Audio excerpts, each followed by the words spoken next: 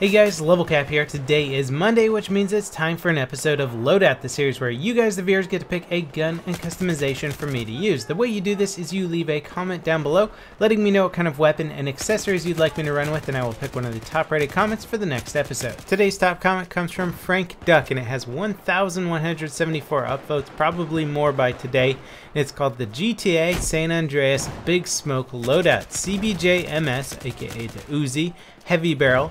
The M1911 is a sidearm, also with the heavy barrel for authentic recoil and flat urban paint. Then we have the RPG. I can pick whatever other gadget I want. We'll be running with incendiary grenades to simulate the Molotov cocktail, the shank for melee, and defensive upgrade. Now it's been a little while since I've run with this fun little PDW. It's got that nice 50 round drum magazine, shooting a very cool 9mm alternative round that can actually pierce armor. Obviously you don't want to be trying to peck away at people at extreme long ranges, as this gun has a damage drop off at 12.5 damage per shot at further ranges, so I'd only try and use it at medium range engagements at worst, but the bullet velocity will certainly help you when trying to hit those moving targets. It's not that fast, it's only 520 meters per second, but still it puts it at the top of the charts when it comes to PDWs. Luckily we have the RPG as a good long range alternative. Now I've actually become quite fond of using the RPG to snipe infantry targets at further ranges. It's just good because it's got decent splash damage, and you don't have to alert your opponent that you're shooting at them with a traditional gun. It's basically just an insta-kill if the shot gets there. It's also great for taking out snipers because they tend not to move around quite so much. Now I've joined midway through on a team deathmatch Golmud Railway server. Most of the buildings are destroyed. This makes it very difficult to get into that close quarter engagement range, and in fact you have very few cover options on this map once everything starts getting destroyed. So at the beginning the CBJ-MS is great. Later on in the round it can be a little bit tricky if there's lots of really good sniper cover and long range shooters. You really have to take advantage of the rubble of the buildings and kind of know how to learn how to shoot through the rubble and how to get up to on top of the rubble and just kind of navigate around it, because you don't have any other good options for cover. It's certainly an interesting dynamic, one that we saw a bit more in Bad Company 2, where destruction was a massive priority. I think Golmud Railway is one of the few maps that tries to give you just about as much destruction as you had in Bad Company 2, and it just shows you how the map changes up pretty dynamically through the progression of the round. Now some people might like this. Personally I think just because of mortars and other things like that, it doesn't balance out quite so well in Golmud Railway. When you have very limited cover, you tend to have lots of people stacking up behind a few different boxes, and then they become easy targets for mortars and UCAVs. Now defensive perk certainly works well on any class, and I like it for this setup here, although if you're using the offensive perk it would give you a little bit more agility options. The CBJ-MS is all about sneaking around the map, getting into devious little areas and trying to flank your opponent. You're not going to outdamage your enemies with damage per second. Its ability basically comes into the flanks where you have a large magazine, allowing you to take out multiple enemies without reloading, and basically just sneaking up and also getting the advantage with hip fire. So not necessarily accuracy or damage per second, but volume of fire and the ability to be kind of quick and sneaky. But oh my god, are the iron sights on this thing horrendous. Just the massive shroud of metal blocking everything once you aim down sights makes it near impossible to track moving targets. Basically aiming down sight is just what I do when there's a stationary target. If they're moving around and stuff, it's almost impossible to just keep your sights on target. If I was going to make one change to this loadout here, it would definitely be some sort of red dot sight. Now I don't know if you guys have noticed with the latest patch, but it almost seems like the direction of the hit markers is less accurate than it was before. This is when you get shot and it shows you a little red mark on your screen as to where the fire is coming from.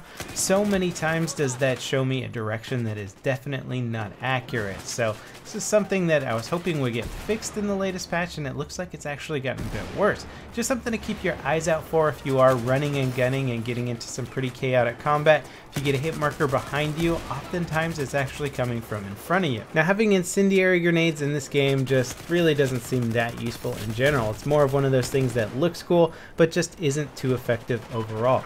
I really do like the incendiary grenades in Hardline though. The damage seems to be a little bit more instantaneous, but more importantly the burst burn time is a lot longer, so it really kind of blocks off a certain area of travel for quite some time. It's great for slowing down team advances in certain corridors. You just don't see that too much here in Battlefield 4. So it's, again, more of a gimmicky grenade. I would much rather have an M67 frag grenade just insta-kill somebody rather than start to damage them over time. Now the rate of fire and recoil on this weapon just isn't too intense, and I have to say that the heavy barrel actually ends up working out pretty well. You don't get any sort of underbarrel attachment with this weapon because it's already got a built-in foregrip.